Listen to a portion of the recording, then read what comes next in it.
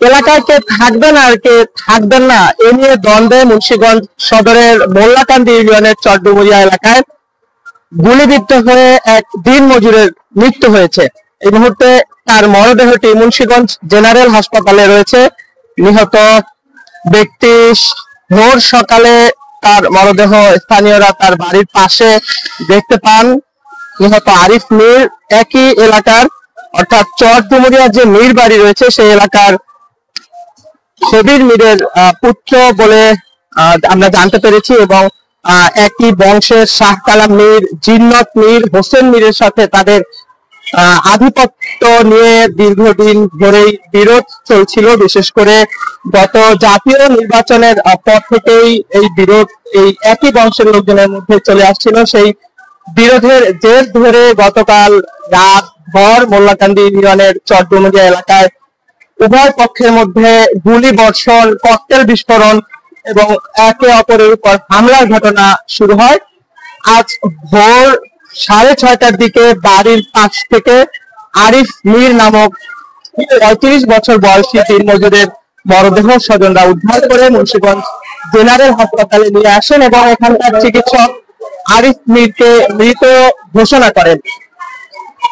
এলাকার এই মুহূর্তে যে পরিস্থিতি মোল্লাকান্দি ইউনিয়নে সেটিও আপনাদের জানাতে চাই। সকাল থেকেই আসলে মোল্লাকান্দি ইউনিয়নের চরডুমুরিয়া এলাকায় দুইটি পক্ষের মধ্যে সংঘর্ষ এখনো চলছে এবং যে কারণে আইন শৃঙ্খলা বাহিনীর কোন সদস্যকে আমরা এখানে উপস্থিত দেখছি না। সকাল থেকে আইন শৃঙ্খলা বাহিনীর 2 থেকে 3টি পৃথক দল এই মুন্সিগঞ্জ জেনারেল হাসপাতালে এসেছিল এবং তারা এখান থেকে দ্রুত চরডুমুরিয়া এলাকা যে ঘটনাস্থল যেখানে আসলে গতকাল রাত থেকে গুলি সংঘর্ষ চলছে সেই এলাকাতে তারা অভিযানে গিয়েছেন বলে আমরা দেখেছি এবং আইন শৃঙ্খলা বাহিনীর পক্ষ থেকে আনুষ্ঠানিকভাবে এই হত্যার ঘটনায় কোনো ব্রিফিং এখন পর্যন্ত এই কারণে আমাদের দেয়া হয়নি। স্থানীয় সূত্রের মাধ্যমে আমরা এখন পর্যন্ত জানতে পেরেছি যে ওয়াহিদ মোল্লা এবং রহিম মোল্লা পক্ষ যেটি রয়েছে এই দুইটি পক্ষের লোকজন সকাল থেকে থেমে থেমে উভয় পক্ষের মধ্যে গুলি বর্ষণ, ককটেল বিস্ফোরণ এগুলো ঘটিয়ে চলছেন এবং এখন পর্যন্ত এই হামলা বা পাল্টা হামলা ঘটনা সেখানে থামেনি। এখন পর্যন্ত উভয় পক্ষের মধ্যেই সংঘর্ষ চলছে। আপনারা জানেন যে 7 দিন আগে, আজকের এই ঘটনার 7 দিন আগে অর্থাৎ গত 3 নভেম্বর মোল্লাকান্দি ইউনিয়নের দক্ষিণ দেহেরকান্দি এলাকায় তুহিন দেওয়ান নামের আরেক যুবককে একই কায়দায় গুলি করে হত্যা করা হয়েছিল এবং সেই ঘটনার পর এখন পর্যন্ত কেউ আটক বা এই ঘটনায় কোনো রহস্য উদ্ঘাটন বা আইন শৃঙ্খলা বাহিনীর ভাষায় ক্লু উদ্ঘাটন এখন পর্যন্ত হয়নি বলে পরিবারের পক্ষ থেকে আমাদের জানানো হয়েছে। মুন্সিগঞ্জের মোল্লাকান্দি ইউনিয়নটি আসলে মুন্সিগঞ্জ সদরের যে 5টি চরাঞ্চল রয়েছে সেই চরাঞ্চলের মধ্যে অন্যতম একটি ইউনিয়ন। এই ইউনিয়নে আসলে হত্যা, সংঘাত, হামলা, পাল্টা হামলার ঘটনা একেবারেই নতুন নয়। গত 10 থেকে 20 বছর ধরে এই এলাকায় আধিপত্য ঘিরে সংঘর্ষ, হামলা, পাল্টা হামলা এবং হত্যা, পাল্টা হত্যার ঘটনাও চলে আসছে। দ্বাদশ জাতীয় সংসদ নির্বাচন যেটি বিলুপ্ত করা হয়েছে সেই সংসদ নির্বাচনের আগেও আমরা দেখেছি যে মোল্লাকান্দিতে আধিপত্য বিস্তারকে কেন্দ্র করে হামলায় নিহতের ঘটনা এবং নির্বাচন চলাকালীন সময় আমরা দেখেছি সেখানে হত্যাকাণ্ডের মতো ঘটনা ঘটেছে। অর্থাৎ বলা যায় যে এই এলাকাটিতে হত্যাকাণ্ড একেবারে অনেকটা স্বাভাবিক পর্যায়ে চলে গেছে। একেবারে হত্যা এখানে হবে বা হত্যা হতে পারে এই আশঙ্কা যেমন সবসময় থাকে এবং সেটি আসলে ঘটতেও আমরা দেখছি যে কিছুদিন পর পরই হত্যাকাণ্ডের মতো ঘটনা এখানে ঘটছে। আপনারা দেখতে পাচ্ছেন যে আইন শৃঙ্খলা বাহিনীর কয়েকজন সদস্য এখানে এই মুহূর্তে রয়েছেন। তারা ঘটনা সম্পর্কে জানার চেষ্টা করছেন, পরিবারের স্বজনদের কাছ থেকে তথ্য নেওয়ার চেষ্টা করছেন এই ঘটনায় তারা জড়িত, কি কারণে ঘটনাটি ঘটলো।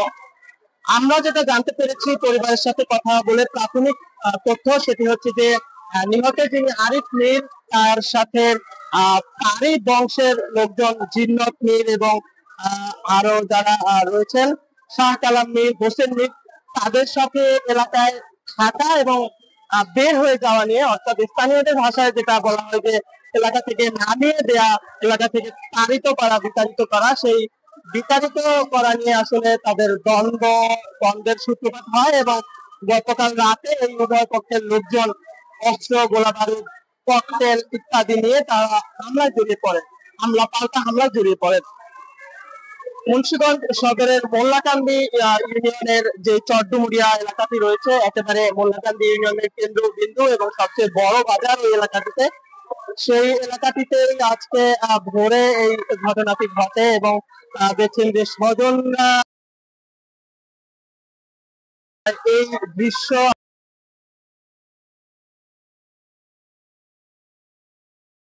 এখানে সংঘর্ষ এই হতাহতের পর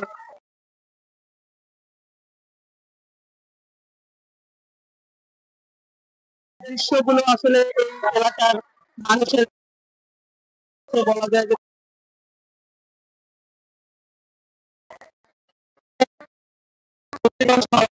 5টি চরাঞ্চল রয়েছে, সেই 5টি চরাঞ্চলের মধ্যে অন্যতম বংশগত বিরোধ দল দলের সমর্থন নিয়েও আসলে বিরোধ আমরা দেখতে পেয়েছি।